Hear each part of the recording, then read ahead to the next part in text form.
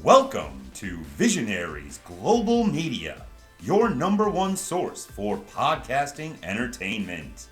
Visionaries Global Media, envisioning excellence on a global scale.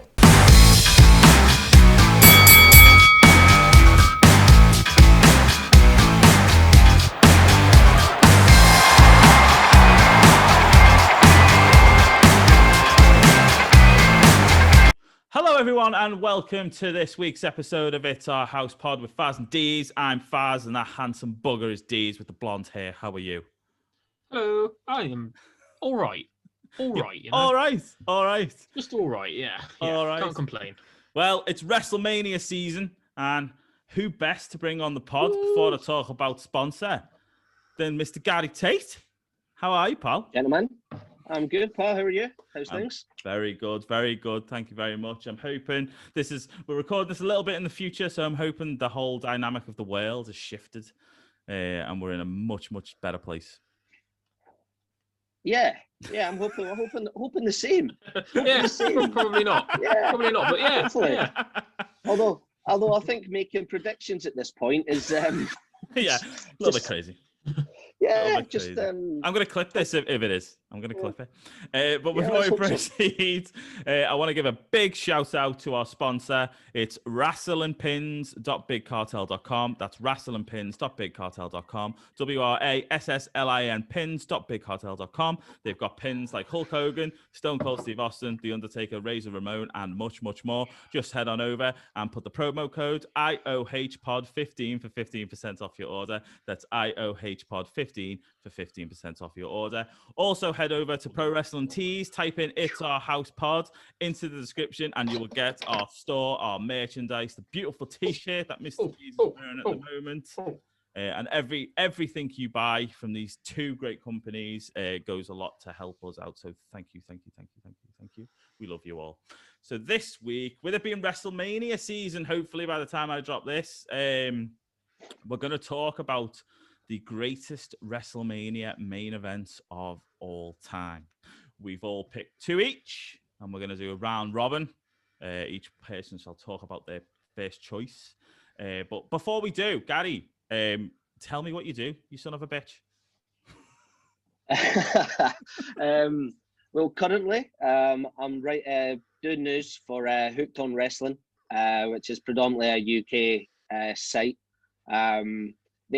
They're kind of new to the whole wrestling website game because they're only about a year old now from doing it, if even that long. Mm-hmm. They used to do, I say used to do, obviously they'll go back to it. But you know, the events, so when a pub or anything was doing wrestling events, they would be the ones that organised it all effectively and for loads over the UK. Oh, yeah. And do you remember last Royal Rumble? If you remember when Drew won, and it was a video that done the rounds of that bar in Glasgow that went absolutely off their heads. That was a party hosted by them. Okay. So that was predominantly what they did. And then obviously due to COVID and everything, they've branched out to doing more wrestling news, wrestling, stories and contributions and stuff like that. So it's all good. So I'm doing that outside of my normal work. It's hookedonwrestling.co.uk. Excellent. So you should definitely go check it out. Yes, definitely. All social medias, I presume they've got them all. Yeah. They do. I think it's they do. How? Yes. I think they call it how as well. It's HOW. Brilliant. HOW, I think it is. Just in case you don't know how to spell the word how. It's HOW. Just. Gary, I've missed you. Thanks, Gary. I'm not gonna lie, I've missed you. You know that some people would just try not to find it, so you've got to just, give the people simple instructions. But Deez, how are you, mate? How are you? You said you're okay. Why are you just okay? Tell me. Oh, well, I mean, if we have a quick check on the Twitterverse, it's just been one of them days, where I've been out there just saying things how they are. The sky is blue, the grass is green. The world is bad, and everybody's like, no, Chris, I said the sky is red. And I said, yes, but the truth is, and the fact is that the sky is blue. Fuck you, Deez. You don't agree with my opinion. Fuck you. I'm going to block you and then talk about you. All right. All right, then you crack on. So basically, you were all right. Whatever. So basically, D's doing these things on Twitter. Yes. The usual. Yeah, basically, yeah. Living my best D's life, you know. I want to start a petition, and that's to get Chris to change his name on Twitter to Heels D's. Yes, that would be so good. The fact that he hasn't done it yet is absolutely diabolical. I can do it right now. Do it right now. So when you're obviously seeing this in the future, you'll already know him as Heel D's. And in fact, I'm going to call him Heel D's. I did ask him to do it on Twitter. I went, come on. And he never done it. I was like, it makes perfect sense. Perfect sense. The money you'd make from that, D's. You need to get, we'll get that on a t-shirt. I'll tell you that. Heel D's. Come on. That's money in it. There you go. It's been changed. He is now. Can you see that? Is that too blurry? I don't know if it's too blurry, but it's Heel D's. Well done, my friend. Gary wins. It's standing. Right. Yes. So I'll have to get royalties now. Yeah, royalties. Right. It's WrestleMania season, guys. It's the best time of the year for WWE fans. Obviously, all the feuds have been arranged and sorted by now. We don't know them. We've got an idea of what they may be. But what we decided to do is dig back into the history, go back into the backlogs, pull out some of the best main events we've ever seen. And I am going to start with Undertaker versus Shawn Michaels, streak versus career. Now, the reason why I picked this, it might not be as good as the first one. A lot of people, can have some back and forths on that. But it had all the emotion that I've ever wanted from a main event. Probably going back to WrestleMania 17 and what happened there. Michael's kicking out of multiple tombstones. You actually, for a tiny second, you thought he might get it. He might end that streak. And for me, it just had all the drama. It has everything you could ever want in a match. What did you guys? What do you think about that? I was a massive fan because I watched it again today. Pardon me. You watched it again today? Sorry, Gary. You crack on, mate. Yeah. He never said who goes first, so I went, screw it. Yeah, do it. And I think you're right. I think the first match is better in regards to a technical match, whereas the second match from an emotional standpoint. And for one of my picks, I've said something about this. I'll say it later on again, but it's the video promos. As soon as you watch, the pre-match promo, it just instantly transports you back to going, oh, I remember this. Yeah. Oh, this is good. And then you watch the match again, and then you're like, yeah, this is why I liked it the first time. Exactly. But yeah, it had everything. That's why I had my pick. I mean, we all wanted Michaels to stick to his words and not wrestle ever again, but obviously he decided to ruin that, didn't he? In the match that shall not be spoken about over in Saudi Arabia. But yeah, it was such... With The Undertaker. Yeah, again, with The Undertaker. Funnily enough. Woeful. But yeah, it was best match. Can't remember it, lads. Can't remember it. It was one of the best matches for me of all time, and that's why it makes one of my two picks. Obviously, Undertaker was nearing the end. Well, you'd say nearing the end of his career. I think he went on for another about 15 years. But Michaels obviously was. But it was two wrestlers kind of in their late prime, shall we say. It had everything for me. I mean, D's, do you think the same? Heel D's? Yeah, and you talk about the emotion. Like it's one of those few matches I've watched basically every match ever from at home. Normally, there was about a 5-year stretch where I was going to pubs out and about in Coventry that were doing like viewing parties and that. And I remember very vividly at the Phoenix, the Campbell, as it is formerly known in Coventry. We'll tag them. My favourite pub. We watched it. There was a little room upstairs, probably about 100 people packed into a room. Honestly, not much bigger than the room I'm in now. So it was properly like bouncing. And I remember this match so vividly. I didn't even have to go back and rewatch it for this episode. All those near falls, man. Half the room was Undertaker, half the room was Michaels. I remember I was Taker. It was just incredible. The passion and the atmosphere and all those gasps, the collective gasps on every 2.99 pinfall attempt. It was incredible.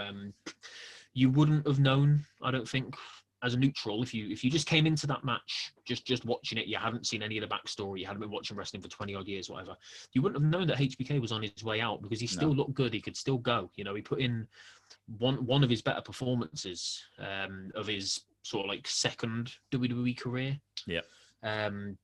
Obviously, Taker was puffing and panting for most of the match from like 5-10 minutes in. It was as difficult to watch as any Undertaker match of the last 10 years has been. But yeah, definitely a classic. I don't really fully remember the first match, to be honest. I mostly remember the second one. I think it was a lot better. I know there are some people that still say the first one was better because they were slightly more in their prime, but it was only like a year before, so I don't think that would have made that much difference. I remember the second match. It has greatest of all time status for a reason. Yeah.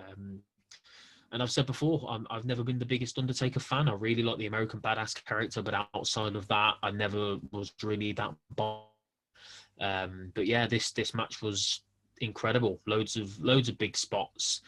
I think at the time, obviously, we were all still wrapped up in the streak. The streak can never end. The streak can never die. If it had died that night, I don't think anybody would have had too many complaints. No, not from HBK. One of the other legitimate, Mr. WrestleMania. You know. Yeah. So yeah, great match. Great emotion, great atmosphere. It's certainly one of the matches that'll always stick in my mind that I'll never forget. Awesome. Right, Gary, do you want to pick? It was the end. It was the end for me, though. It's the end. So obviously you have Taker win. 1, 2, 3. It's done. And then you have Taker do his whole 18-0, and he's doing this whole hand thing, and then he picks up Michaels and he staggers around like Taker did for the last like 3 or 4 matches at the end there. And then he leaves.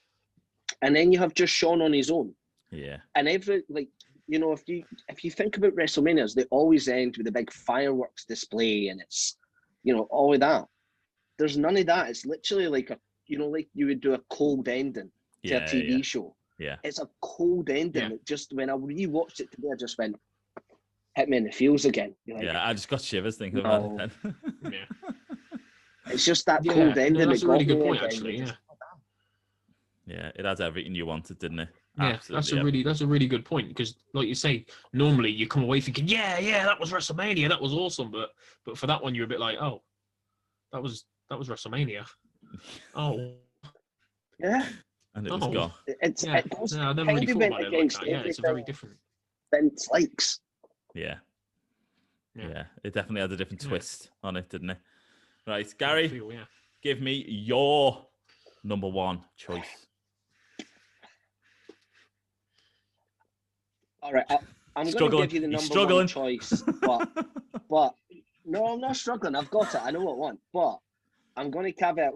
I'm going to say it first, but it's not my favourite of the two I've picked. Okay, is it a promo package? Is that what you've picked for your match? All of them. All right, okay.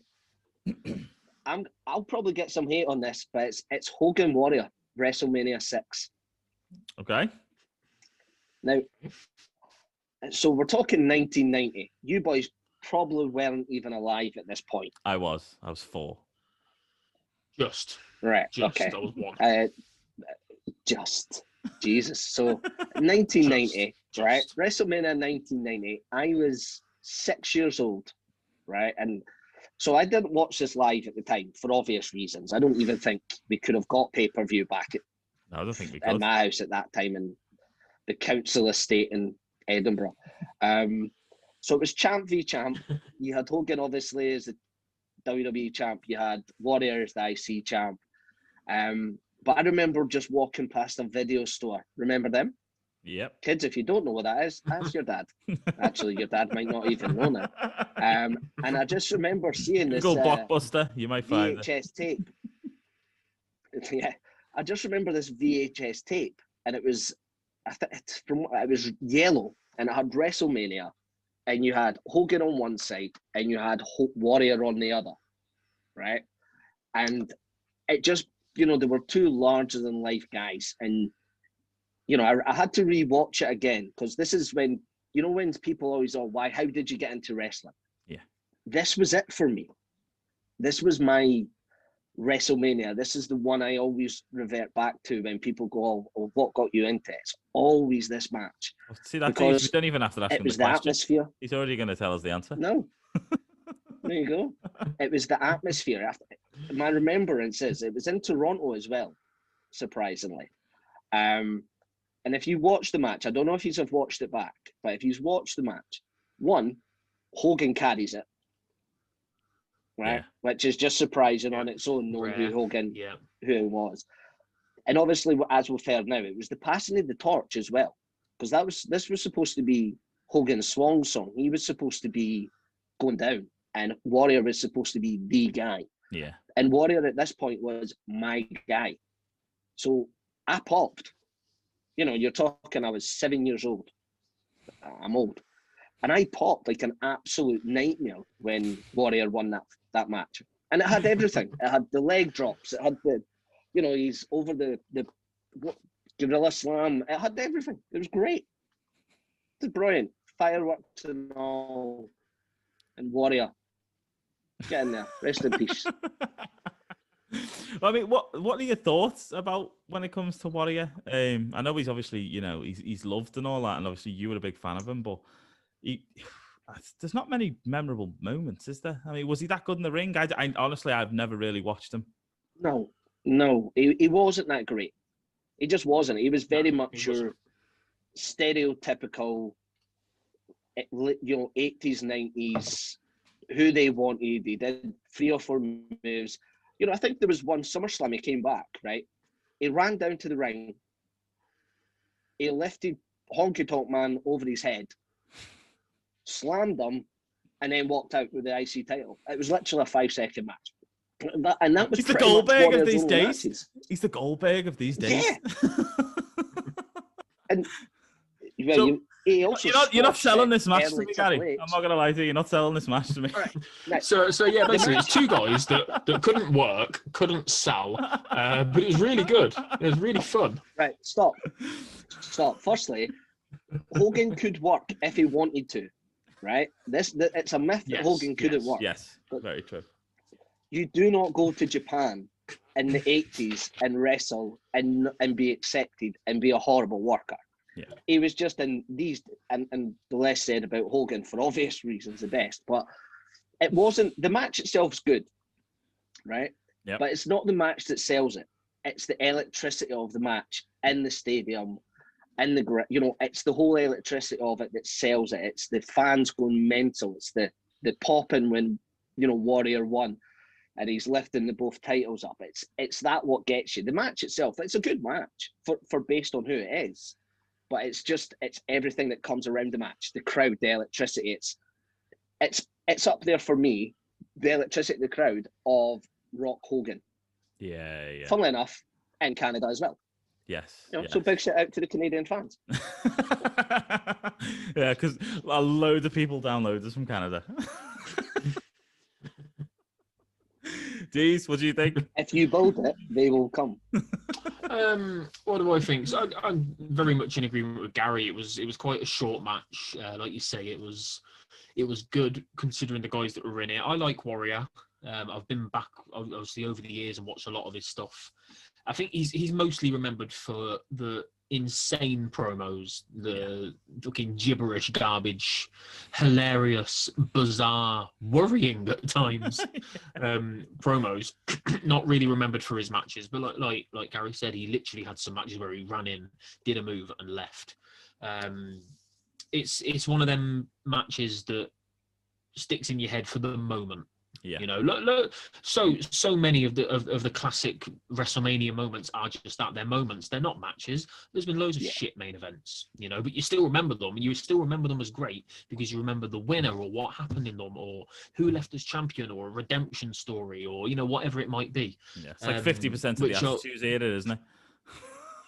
We all think it was amazing, and then you go back and you watch it and you're like, oh, that wasn't... Yeah, exactly. Like outside of what one of my picks is going to be, think back to the Attitude Era. You remember it for, obviously, the attitude, the stories, the characters, the nonsense, the sex, the swearing, the violence. I don't really remember too many classic matches outside of like TLC 2 and stuff like that. Here we go the again. really truly iconic ones. There's not many. Every week, Gary. Every week. If I could talk about New Day, 10 minutes. if New Day, 10 minutes. if New Day had been in a main event at WrestleMania, I'd be talking about them now. Trust me. He needs to change his Twitter handle to TLC D's. Never mind fucking heel D's. This transitions quite nicely into my first pick. Oh, here we go. See how I did that? That was quite good. You didn't need to introduce that. It's like you're a host of a podcast. Right. Stay in your lane. So this leads me nicely into mine. I need to know my role and shut my mouth, don't I? And speaking of know your role and shut your mouth, Yes. WrestleMania 17, The Rock versus Stone Cold Steve Austin. Hell yes. If I ain't talking about TLC 2, if I ain't talking about the New Day, I'm talking about Mania 17. Again, though, this is quite a similar one to Gary's pick of Hogan and Warrior. Not by any means like the best match you're ever going to see. It probably wasn't even the third or fourth best match of the night. Mm-hmm. With stuff before it like TLC Angle 2 Benoit and TLC 2 and Angle Benoit. And have I mentioned TLC 2? Can we just double check? Was TLC 2 the main event? Because I'd rather talk about TLC 2. What about China's match with Ivory? Remember that? Yes, that was the main event. Right, so Rock versus Austin. Yes. Again, most of this and most of the pick is because of the moment, well, the various moments, the insane amount of chair shots that The Rock took from Austin, shaking hands with Vince McMahon, the iconic line from Jim Ross of he's shaking hands with the devil. That match, that was my first WrestleMania. I was already, God, I was 12, so fairly late into watching my first WrestleMania, but similar to Gary, like we didn't have Sky, we didn't have access to cable or anything like that. So I'd talk about wrestling with my mates at work. Wait, say what are you? Started early. So I'll talk about wrestling with my mates at school. You're up the chimneys, mate. Talking to my mates at school about it, but it would just be like highlights of what I saw on the telly in the morning. WrestleMania was my first proper introduction to like big scale WWE, and No wonder you love it so much. Yeah, it's not just iconic in terms of what happened and the end of the Attitude Era and all that kind of stuff, and Austin's heel turn and TLC 2 and Shane versus Vince, another iconic, incredible match. Yeah. That sticks in the memory, but yeah, it's iconic in terms of my childhood. It's what really made me fall in love with WWE. So obviously, having only seen little bits in the mornings before school and whatever, and talking to my mates and them telling me what happened on Raw and whatnot, I'd not really seen any of these big stories and larger than life characters like The Rock was and like Stone Cold was. So when that match came about, I wasn't even the biggest fan of either man, but I watched that whole match just in awe. The fucking electricity in the arena, the crowd reaction, the pops, everything. I could talk about this match and this event until I'm blue in the face. It was just there's a reason it's so well loved and well remembered. It's regularly voted as one of the most iconic and the best WrestleMania main events and WrestleMania moments.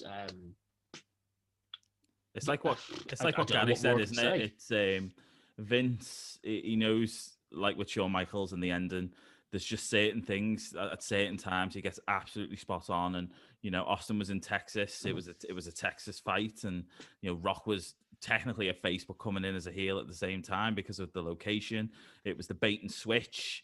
It was perfectly done down to a T. As you said, the match itself, does it have, is it clinical wrestling? No, it's not. No.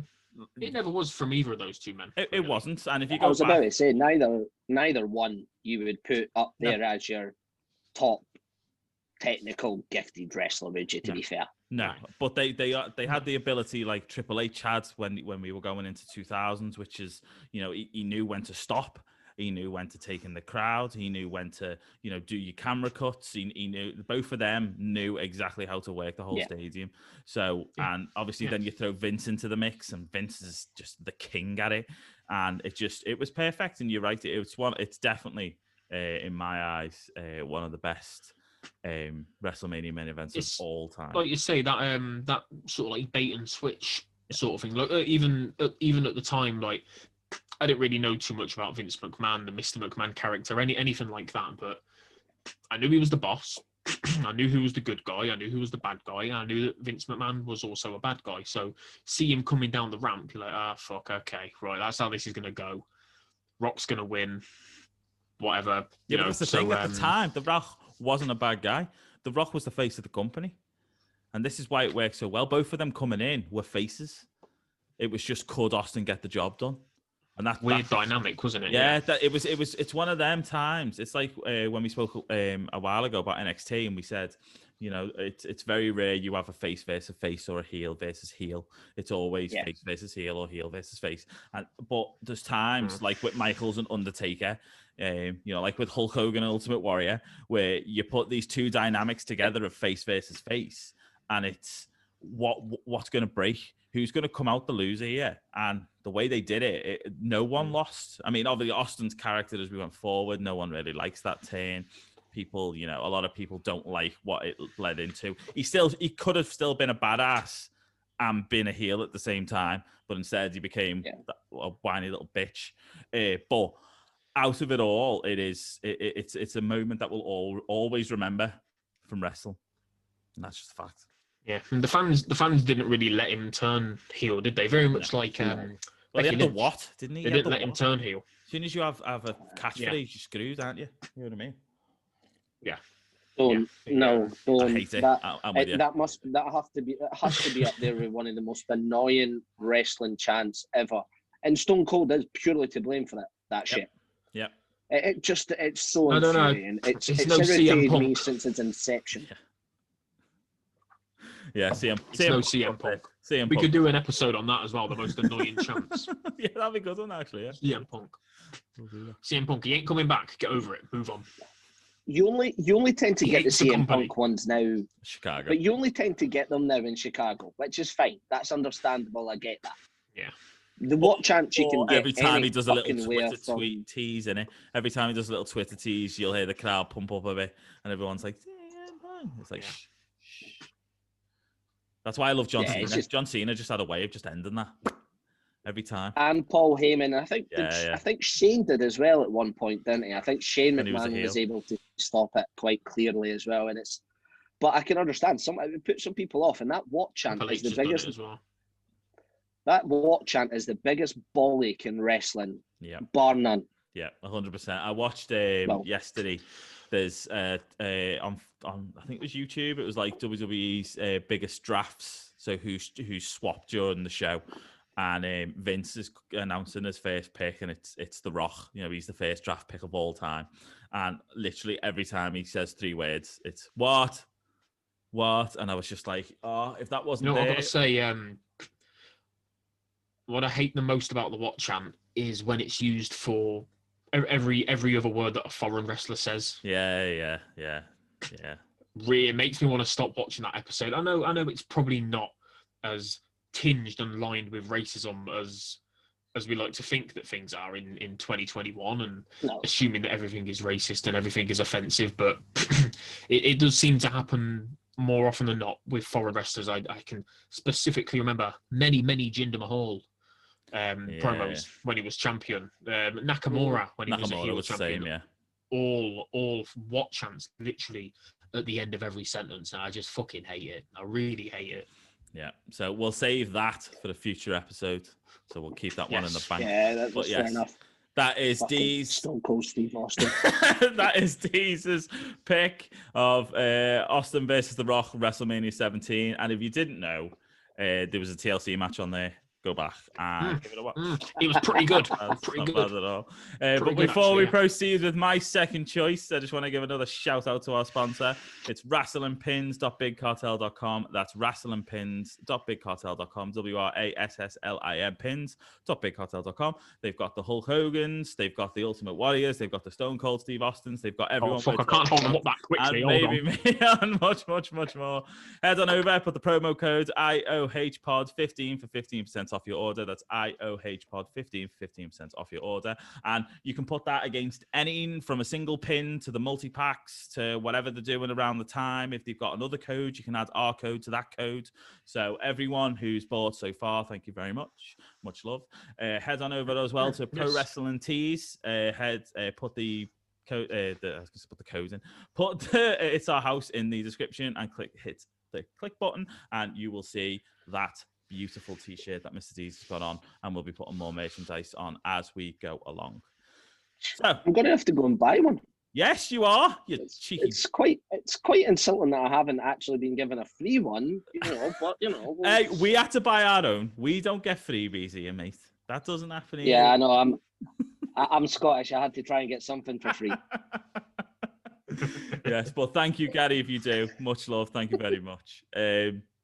But we shall move on to the second choice of all the lads. And I'm going to start keeping that Stone Cold feeling alive.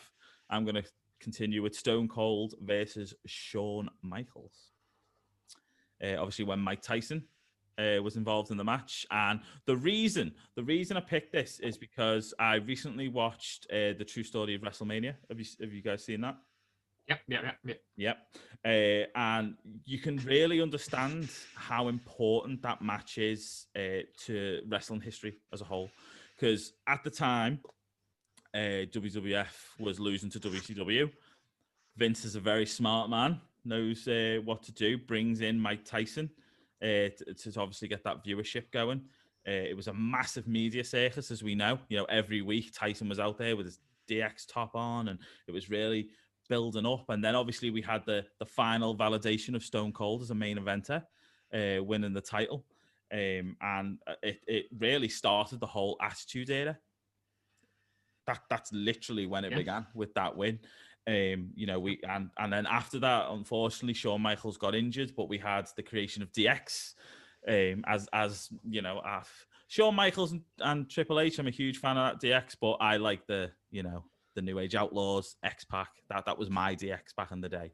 And that, I think that match for me epitomizes, like you, Dees were saying before, that's when I remember wrestling.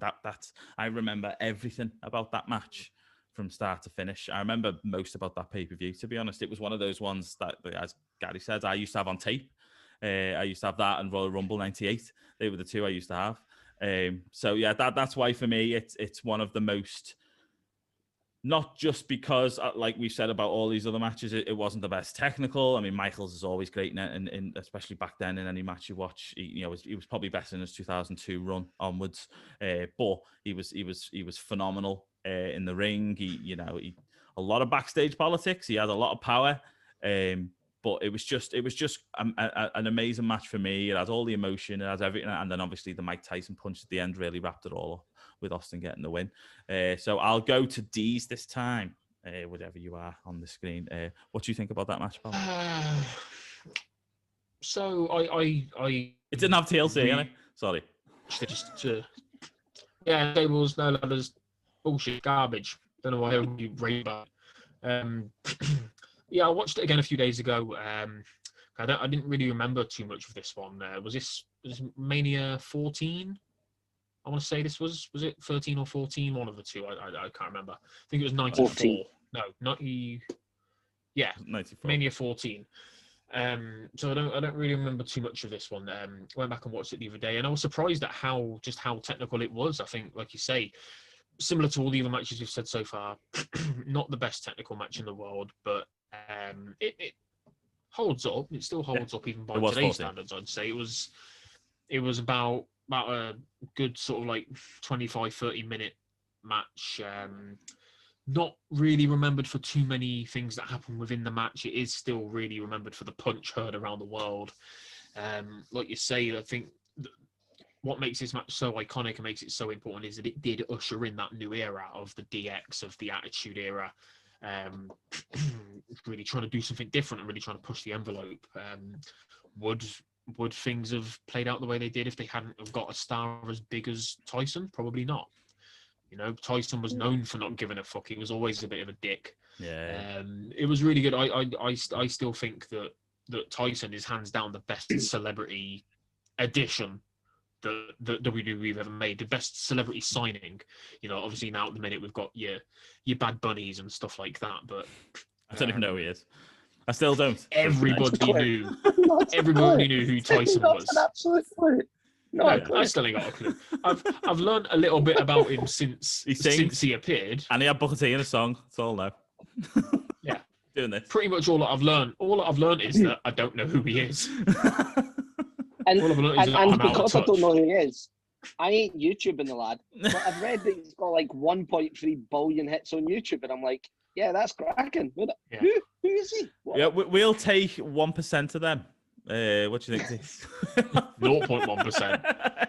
He's like billions and billions and billions of plays on Spotify. He's like the most listened to artist in the world. I had literally not heard of him until the run. But it's a very good move by WWE. They always, when they bring in celebrity guests, it's very rarely a bad move. You know, it very rarely doesn't work out well. This will work out well because he's 24/7 champion. Obviously, we're talking about this a couple of months ahead of when it's actually happening. But at the time of recording, he's just come in. He's just won the 24/7 title. He's taken it to Saturday Night Live, which is like the biggest show in America. Yep. That's going to get more eyes on WWE, more eyes. You know, it's logical. It makes sense. But I would say it's probably not as big a deal as Mike Tyson was. Everybody knew who Mike Tyson was, even if you weren't a sports fan or a boxing fan. So, yeah, to circle back round, decent match. I enjoyed going back and watching it again. Always been a huge Stone Cold fan, huge Shawn Michaels fan. Yeah, there's not too much more I can say about it, to be honest. It's another one that's more about the moment. Yeah, definitely. Gary? No, I agree. It's more about the moment. I think it starts off, with Tyson coming out. He comes out in the DX t-shirt, and we've already seen that. He's then forced into the match, which I think was a nice touch. Yeah. And I agree. And funnily enough, I think if you go back and watch that match now, and then you kind of look at what AEW have been doing recently over the last year, you can see that these guys grew up watching that. You can see that this is the because I'm similar ages to Kenny Omega and Cody Rhodes and stuff like that. So I can now look like Kenny back Omega. on that match. Go fuck yourself. The cleaner I Gary remember teeth. going back. So when I went back and watched this match again, because I like to do my homework, and then I look at sort of some of the stuff that's been on AEW over the last year, I can see the parallels. I can see what they're trying to do, and I'm going, that doesn't work nowadays, but I can see where the logic comes from. And I think you've got to give credit to JR as well, who clearly states after Austin wins, it is the Austin era. Yeah. It's clear as day. Yeah. It doesn't, I know that they then went on to nickname it the Attitude Era, and it is what it is that we all know now. But it's clearly defined at the end of that as the Austin era. Definitely. And then obviously you have Shawn Michaels acting like Shawn Michaels at that time, being a bit of a dick, and Tyson knocking him out. So the match itself wasn't, as you both said, it wasn't the most technical gifted, but people forget that Austin could go if he wanted to. But he, again, just like the arguments that we see today with John Cena and Roman Reigns and all the rest of it, they literally dialed Austin down. He was the ringmaster, and people seem to forget that that's what he was called originally. Yeah. And then they made him a brawler, and therefore he only had X amount of moves because of that. Yeah, and I think people forget that Austin could go. It's also obviously his neck injury played a major part in it, because obviously you've got to adapt, you've got to change. Yeah. But then people forget Shawn Michaels was wrestling with a broken back. You know what I mean? A lot of people forget that. He broke his back literally at the Royal Rumble on the bloody casket. And he fought that entire time with the back. I think he was taking painkillers, wasn't he? And he was drinking and all sorts. It's what made him kind of change his life. So the fact that even both of them could put on a match of any type, Austin must have been really worried about hurting him, probably finishing his career off. Yeah. Because they must have known after this Michaels was going. He was going to do some form of rehab. So, both of them put on a hell of a show. As you said, it's not really about the technical aspects of it. It's just about the moment. But yeah, Gary, do you want to move on to your choice? Your second choice. All right, okay. This is, I think, by and large, my favourite WrestleMania match, possibly of all time. Big statement. And big statement. Well, that's why I caveated by saying mine, which is Brett v Shawn 1 hour Iron Man match. Brilliant match. And we've talked about moments. The Hogan Warrior moment, the Shawn Michaels, retiring moment, the Vince McMahon moment, with, shaking hands with Austin, and obviously what we've just discussed with Tyson. This had everything. This has technical wrestling coming out of its sides. Up there with one of the most technically best wrestling matches at a Mania ever. For me, I'll caveat that for me. And it starts with, you had Jose, the coach. Again, another, by the way, fantastic pre-match promo. Yep. You had Jose coming down, and then Jerry Lawler going, Austin, Michaels is chickened out. He's chickened out. And then all of a sudden, Jose gets on on the ropes and points to the sky. And then Michaels decides to descend from the sky. You're like, what the is going on here? What's happening? And it was one of those where it was like, you've got that moment. You then have an hour of, at that time anyway, the two best technical wrestlers in the world at that time. I know we've then had Kurt Angle, Chris Benoit and such like, but at that point, bald as who was the best. And they go for a whole hour. Yeah. Back and forth. The last 15 seconds or so, you've got Brett that puts him in a sharpshooter. You're thinking, this is it done. And Brett is possibly up there with my all-time favourite. And you've got Brett in there.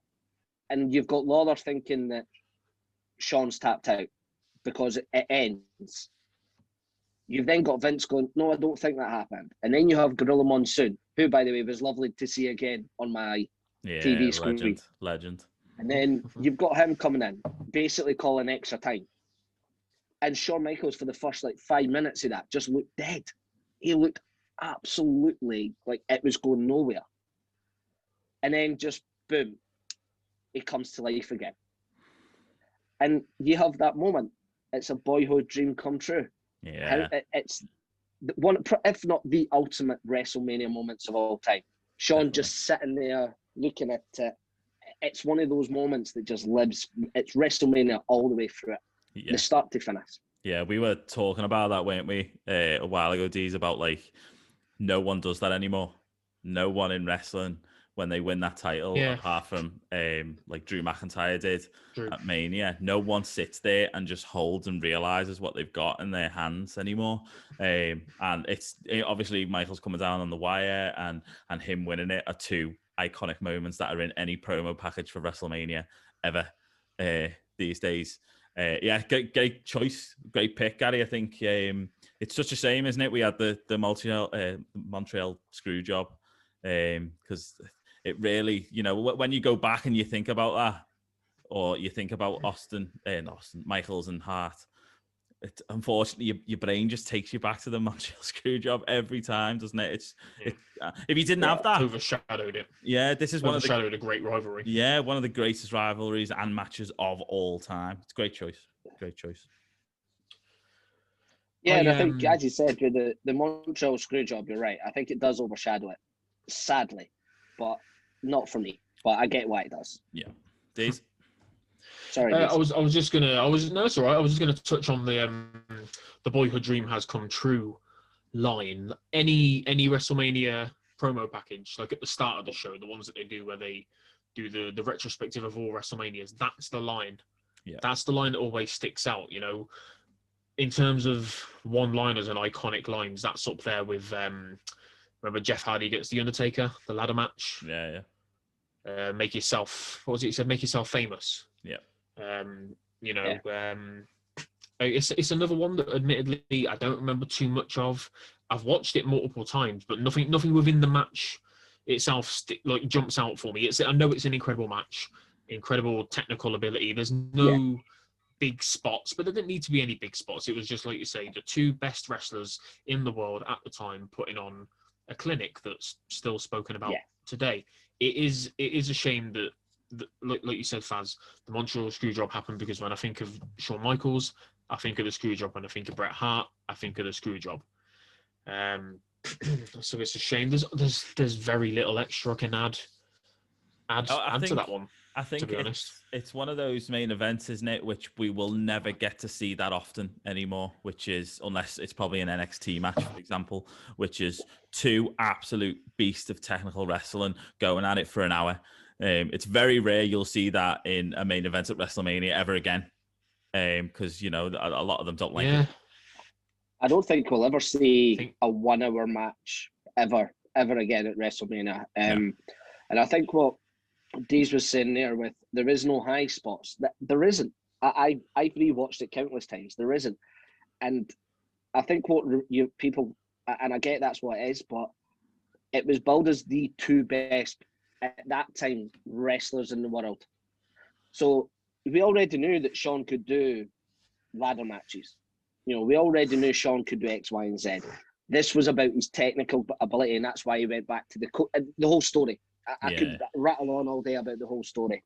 It was just, it was all about the technical aspects, and then the ending is just beautiful. No, you're right. I think with obviously with Orton versus Edge, and they did the what is the greatest wrestling match of all time.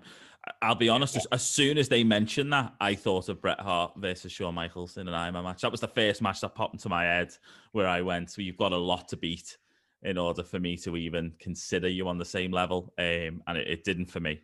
It'll never, not as a technical match for an hour with two of the greatest in their prime, will ever be beaten, as far as I'm concerned. And it's a good... Although at the moment, if you want to give me Finn Balor and Adam Cole a takeover for 1 hour, yes, please. At this moment in time, I'll accept that. Do you want to know what? I'd accept Finn Balor right now for an hour against anyone in the world right now. He, as Edge has previously stated, the boy's on a different level. And if anyone could pull that 1 hour match off right now, it would be him. Yeah, easily on WWE television. Just to clarify for any AEW marks, we're going to be dropping this in March. So obviously it's happened like 5-6 weeks before. But the match from the other night at Vengeance Day against Pete Dunne, Finn Balor versus Pete Dunne, I would have happily watched that for an hour. It was about 25 minutes, 30 minutes. And it was incredible. A lot of people didn't like it. I love that style of wrestling. I love that. Just bruisers just beating the shit out of each other for half an hour. I love it. I think the closest we might get is Finn Balor versus Walter, because I know that that's still in the pipeline. That will be a classic. Yeah. Anything Finn does, anything Walter does, those two are going to produce absolute fucking magic together. I cannot wait for that. It would have happened back in October, but obviously COVID stopped that happening. Yeah. I think we only get the Walter match depending on what their plan is with Cross. Yeah.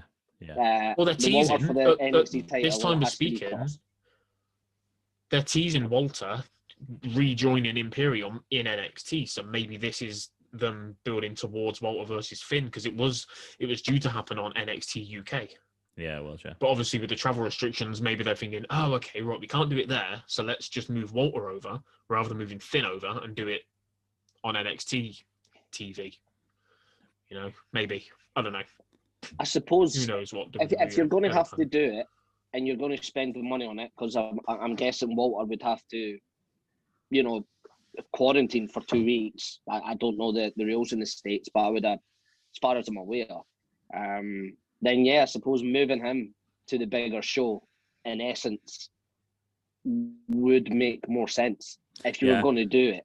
I don't think you have to quarantine over there. I think they do just the 2 tests. And the reason why I'm saying that is because when Pete Dunne came over, he was on NXT UK the week before.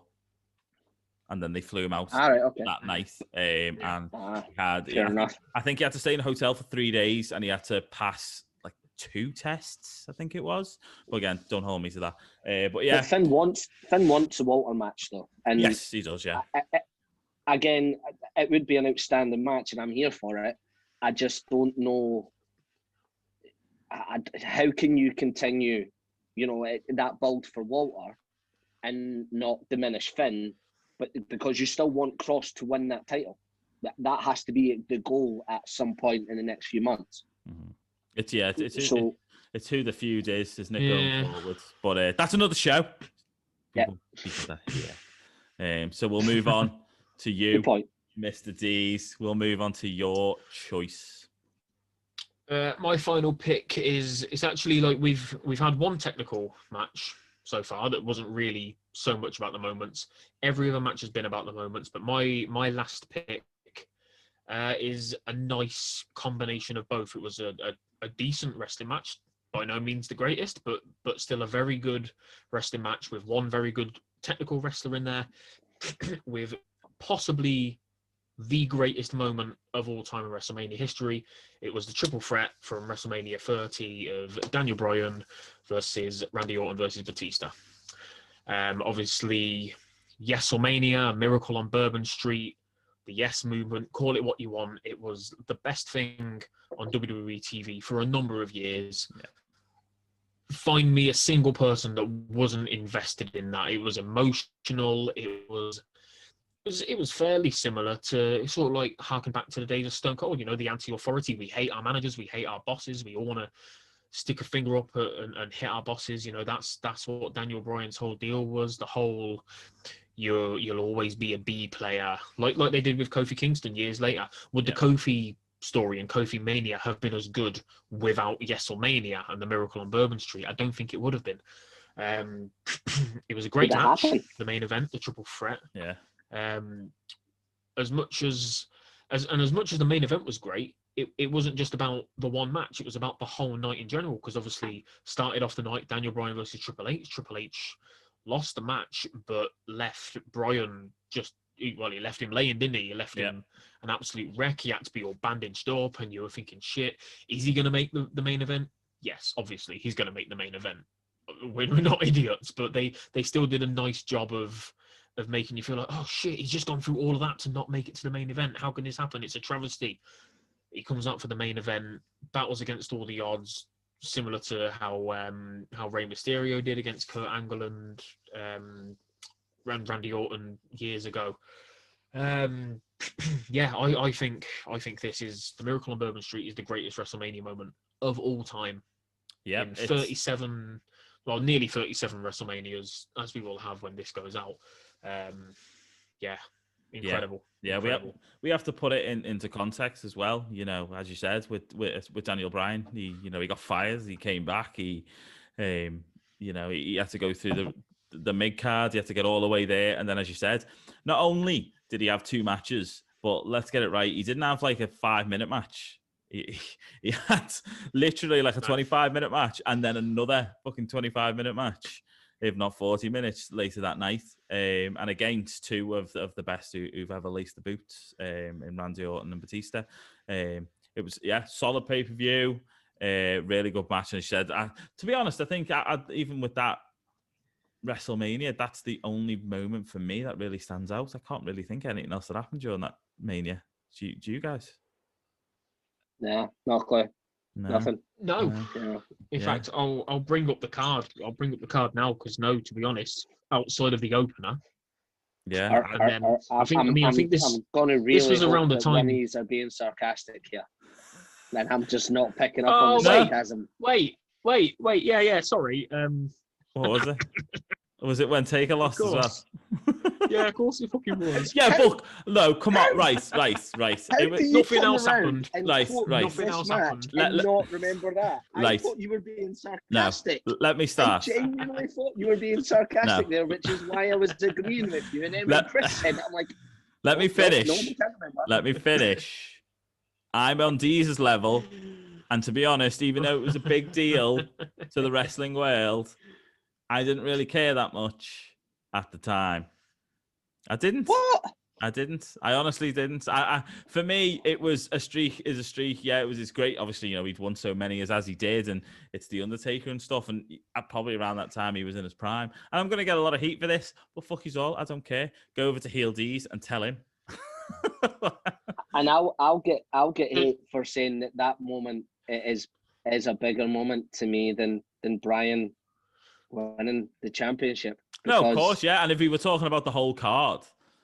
That's I wasn't as invested with the Brian Yes movement as the world was at that point, especially American sports. Yeah, they ate that shit up with the Yes chant. It was pretty much the biggest thing in American sports. Oh, Americans love being able to shout anything, don't they? Do you know what I mean? So they're mad for a chant. We love you, Americans. Please stay. But I think there's a few things that that coincide to get to the Brian movement, which is you've got to remember Punk leaving after the Rumble. Yeah. You then have obviously the authority type thing, and whether it was manufactured after Punk left or not, the Yes movement, because I think it was already starting to happen anyway. WWE definitely leaned into it. Yeah. But the match Brian had with Triple H was great. Yeah, great match. Great storytelling as well. Yeah, and then obviously the main event match itself. And I popped when Brian won. Don't get me wrong. I just wasn't heavily as invested in it as a lot of people were. And then you had Triple H and Stephanie come down during the match. You had Brian going away in a stretcher. Yeah, come back. And then coming off the stretcher and fighting back. So while I won't agree that it was the best WrestleMania event of all time, I will state that it is possibly the best wrestling event in the last, at least in the modern era, without a doubt. Yeah, 100%. 100%. Great. The rest of the card was pretty garbage, by the way. I checked it out. It was, we started with the Usos beating the Real Americans and Rybaxel and Los Matadors. Shield versus Kane and the New Age Outlaws. Cesaro won the first ever. I need to go back. Cesaro won the first ever Battle Royal. Cena beat Bray. Obviously, that's another one actually. Yeah, people were fuming about that. Start of the whole Firefly Funhouse match that we had at last year's Mania. So I guess that's another moment that happened. Obviously, there was Brock. Bray should have won that. AJ Lee won some sort of garbage women's battle royal, and then there was the main event. So certainly not. That is a shit an card, all-time. That is a shit card. But it's no WrestleMania 17, is it? No, it's no TLC. It's not even WrestleMania 1 or 2. You know what I mean? I know. What do you think? I think you're right there, Gary. I think all the eggs were in the Yes movement basket, weren't they?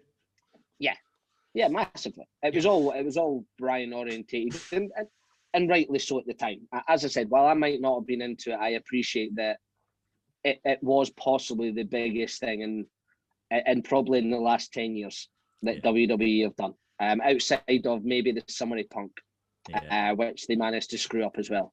Yes. And I don't think without the Yes movement, you don't get the Kofi movement. You just don't get the Kofi Mania. And the problem that you have now is fans are now expecting it coming into this Mania. I know we don't know the cards right now. Any fan out there that's expecting Cesaro to be anywhere near the main event at Mania, even though we don't know the card, you, my friend, are off your tits. Just stop it. He might have a great showing at the Elimination Chamber that we don't know because this is advanced. He's a great technical wrestler. He's great in the ring, but he will not be in your main event. He will not be challenging Roman Reigns. Stop your nonsense. Get your head out your ass. It ain't happening. Do you mean with promos like, and I'm good, and you're good, and I was once good, but now I'm good, and you're better than good, and I love wrestling. I do wrestling. Watch me do wrestling. Wrestling. That was promo of the year. Fucking awful. And then have the Twitterverse deciding that all they wanted to do was spunk all over it. You're like, what did they say? It's literally anything on Talking Smack at the moment. They're like, that was the biggest thing I've ever seen. ever. I'm like, do you want to what, mate? Give me AJ Lee back instead of you, and I'm all right there. Yeah, it was the give me greatest the Bellas back. Cesaro. It was the greatest Cesaro promo of all time. Yeah, you're right. Yeah. Which Is that says because he it was all. able to speak It was for longer than 30 his seconds? best promo. His best promo, because his promos are at such a low level. The standards have been set so low. Anytime he opens his mouth, it was better than his last promo. Yeah. You know, and that's you can argue it's because he's not been given enough promo How time. much though, right? But, are we going to look like with eggs on our faces if when we release this, Cesaro is the Universal Champion? he's facing. Well, there's only one possible story that it makes sense for him to be involved in there for me, and the only way you can Rollins, really book it in right is that That's he used to be I mean with Cesaro. Oh yeah. Is that he used to be a Paul Heyman guy? Yes. That's the only pull for me. That's the only thing that they can maybe tie in and make it some form of story, other than Roman Reigns versus a guy who's a really good wrestler. No, I think I think it's going to be. No one's emotionally invested in Cesaro. No, it'll be Seth versus Cesaro at Mania. I will call it now. If Cesaro is anywhere near the main event, better name, anywhere near the main event at this WrestleMania, night 1 or 2, by the way, I don't know. I'll wear an England top for the Scotland-England game. Do you know what I mean? It's just no. I'm that confident. It ain't happening. No. Of course, it's not happening. No. Yeah, he won't even win. No, I won't say it because there's a chance he might win the Elimination Chamber this coming. When it happens. So I'm saying nothing else.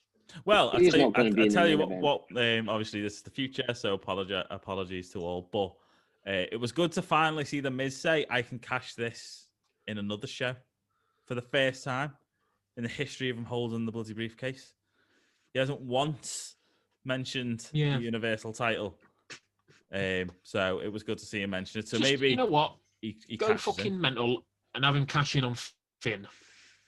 Yeah, he didn't mention the NXT. I don't think the Miz is going anywhere near to NXT. Do something different. I'm with you. Yeah, get some more eyes on NXT. I'd be all. I'm always up for something different, something unexpected. Send him down there, have him cash in on Karrion Kross or whoever's champion at the time. I'd just be happy for him to do actually something with the briefcase. It's been 8-9 months, and it's just it was on Otis that was pointless. They've put it on the Miz, who at that point when they put it on him, you thought, all right, they might do something. We're 3 months down from there, and you're just like, right, you're pissing all over the briefcase and what's happened beforehand. You had Edge that literally called out the Miz for going, why are you telling people what you can do? And you're like, mate, he's had the briefcase for 8 months. Everyone knows what you can do with it. What does it matter? Yeah, but don't forget, he's not just had it. Somebody else had it who dropped it to him. He's then lost it and given it back. And they've still done, even in all of that time where they've done something with it, they've also managed to do nothing with it. It's stupid, isn't it? You know? Yeah. It's ridiculous. And by doing so, they've made Miz look like a chump. Yeah. So therefore, him cashing in now just doesn't look real. If they had allowed him to do it 8 months ago or even 6 months ago, you would be all right. But now, no. They've done the Dolph Ziggler thing to them, haven't they? If he wins, it's not credible. He's going to lose it straight away. Yeah. That's the problem. They panicked. Which is a shame. Gave it to Otis because Otis was popular. If we'd have still had crowds, obviously, I think this would have all panned out very differently. But they've just not known what to do because they've not known when to pull the trigger for maximum effect. Yeah, the problem is, though, especially at that point, lost it. Miz, why give it back? You've lost it. You can end the whole storyline there and then by saying it's gone. You've had your opportunity, you cashed in, you fucked up. But instead, what do we do? Surely, it's like, oh, give me back. Surely now he has to cash it in successfully and win. You hope so, but who's he cashing in against? The only person you can see is Drew. You can't do it to Roman. Do it to Roman, it's absolute piss take. I've seen a rumor. Not a rumor. A rumor would be incorrect. Wasn't a rumor, it was an idea, would be better. That Edge wins it at Mania, whatever title he goes for. Edge wins and Miz cashes in on him. and then they feud after it. I'm all right with that. Yeah, but what happens to Roman then? Doesn't sound that horrible to me. There's no way the executives, because as we said before, Vince has a lot to, he has to answer to his own sponsors and his own, stockholders meetings and everything. Yeah. Roman Reigns is gold. There's no chance he's not in the main event scene from SmackDown. No, that's true. But there has to be a point at this moment in time where you have to consider taking the title off Roman at some point. I don't think right now is the time. There has to be a goal. I don't think it's gonna. I think you could easily have him carry that till Mania next year. Easy. You could, but you're not putting Edge with Roman and not having Edge come out winning. No, you're just not. I agree. I completely agree with that. But what I don't see, as you said, if Miz cashes in, I don't see Roman staying out that main event scene though. You can have Roman go and do some other things. I don't see what he could do though. He's the head. The whole point of his character right now is he's the head of the table. How you can't have him not saying he's the head of the table and then him going for the IC title. It just doesn't work. No, of course. But you're going to have to figure a way, especially if the end goal is Roman Rock, which the way the family whole thing going, that seems to be the way they were wanting it. Obviously, COVID and no fans. You're going to have to think of a way to get that title off him for a while. You're going to have to, because especially now you've got Edge in the mix. Again, WWE, as always, just like they've done with Otis, just like they've done with Bryan in the past, and they've now done it with Edge. We could disagree with Edge winning the Rumble. It was ridiculous because they've put themselves in a situation that he has to come out on top. Haven't they? Yeah. Again. Definitely. For no reason. Right, Deez, do you want to say anything before we end? Because you look like you wanted to say something there, buddy.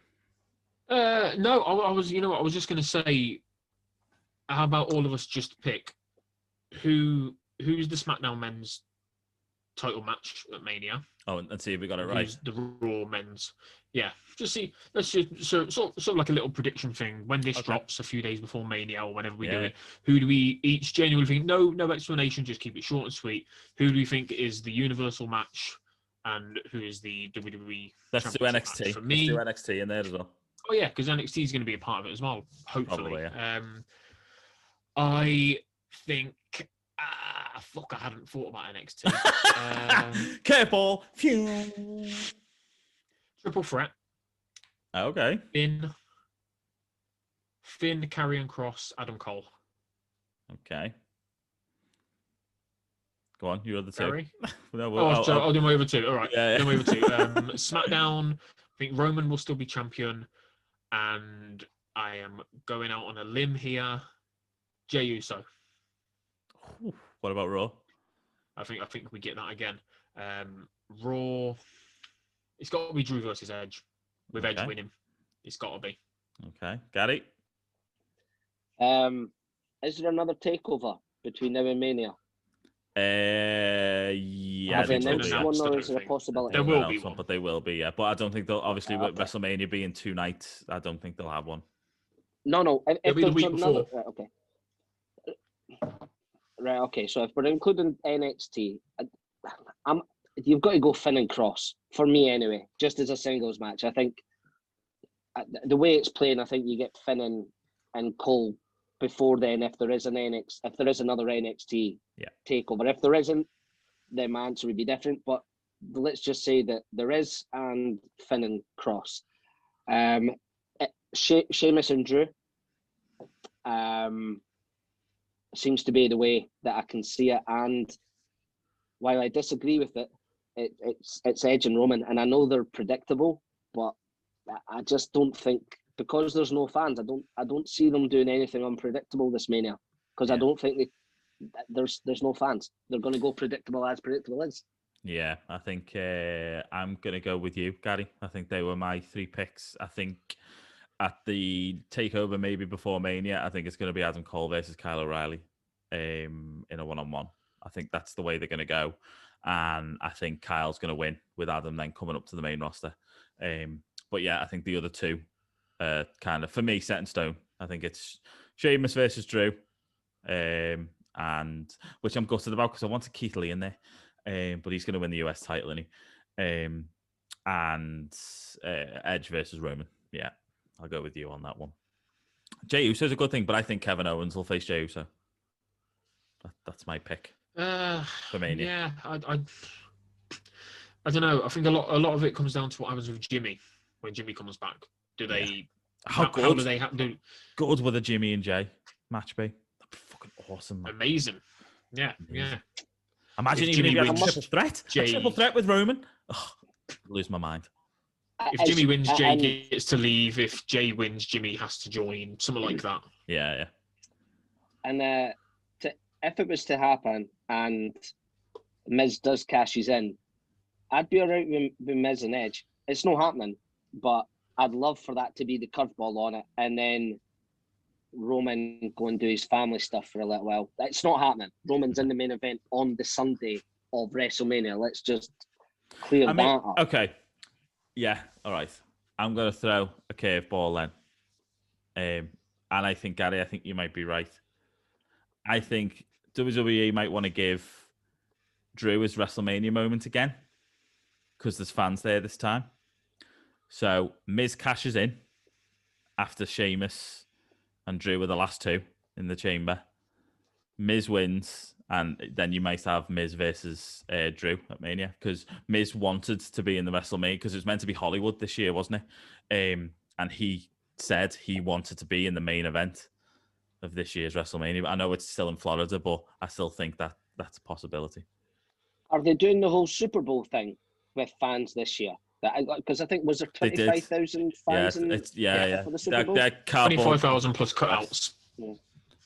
Which is what WWE will basically do. Or they'll just do hard cam, maybe. I don't know. Yeah, nonsense rugby. But yeah, so 25,000. But again, I don't think they're going to put that much of a curveball on it purely because there's no fans. Although I'd love to see some curveballs. I just think without a massive, massive crowd, we're not getting it, sadly. Yeah, fingers crossed. You never know what happens. Fingers crossed, though. You never know. WWE might throw as a curveball. But yes, we'll end. That was a good little chat about WrestleMania because it is WrestleMania season.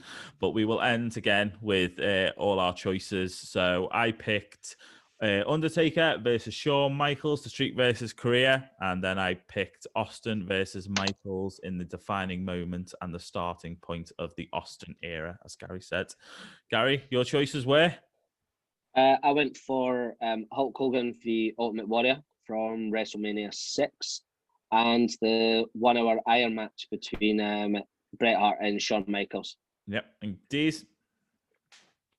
TLC 2 and TLC 2. Stop it, weren't the main event. I came into this like, I can pick this. Oh, none of these were main events, for fuck's sake. Next episode is matches that should have been the main event. What did I pick? I picked the triple threat from WrestleMania 30 of Bryan versus Batista versus Orton, the Miracle on Bourbon Street, and WrestleMania 17, The Rock versus Austin. Yeah, you still got your WrestleMania 17 in, mate. You're all golden. You still got your 17 push in. Don't worry. We're definitely going to come back and have It's the only reason I agreed to this. Yeah, we're definitely going to come back and have a discussion about WrestleMania 17 again at some point. Just the three of us. We'll have a good natter about it. What do you mean again? Has that ever been done before? Never in the history of podcasts has it ever been done. Yeah, the three of us should do that for the first time. We might even invite Mr. Pickles on because he keeps wanting to come on, and we might have the four of us on there. That'll be a good one to talk about. That's my friend Chris. But before we leave, before we just end with the social medias, etc., I just want to give a final shout out to our sponsor, wrestlingpins.bigcartel.com. That's wrestlingpins.bigcartel.com. They have pins like The Undertaker, Stone Cold, Razor Ramon, and much more. Head on over, put the promo code IOHPOD15 for 15% off your order. That's IOHPOD15 for 15% off your order. Also, head over to Pro Wrestling Tees, type in It's Our House Pod. You'll find our store there. We've got t-shirts with this logo on. We've got some other t-shirts on there, and we'll be getting more merchandise as we go along. Head on over to our social media pages at It's Our House Pod on everything. We're on Facebook, Twitter, Instagram, TikTok, YouTube, all the podcast platforms we're on, and coming soon. We still don't really know what TikTok is, but we're on there. We're on there. We upload our clips on there if you want to go and see some short clips with funky things doing dances. We get 2 views per clip. It's brilliant. No, we really don't. well. Our last one had like 560. But we, I don't know whether it's now or coming up or whenever you're seeing this, but we may be on Twitch now as well. So head on over to Twitch. It's Our House Pod. We're going to do we're in discussion with it, but what we're hoping to do is every Thursday we might do a live show where we just play video games but talk about wrestling at the same time. So head on over there, sub. I don't know how it works at the moment, but yeah, you'll see. Gary, do you want to post your social media before we go, buddy? Mine's is very straightforward. It's just at Gary Tate 1 because I'm old and I have no idea what Twitch is.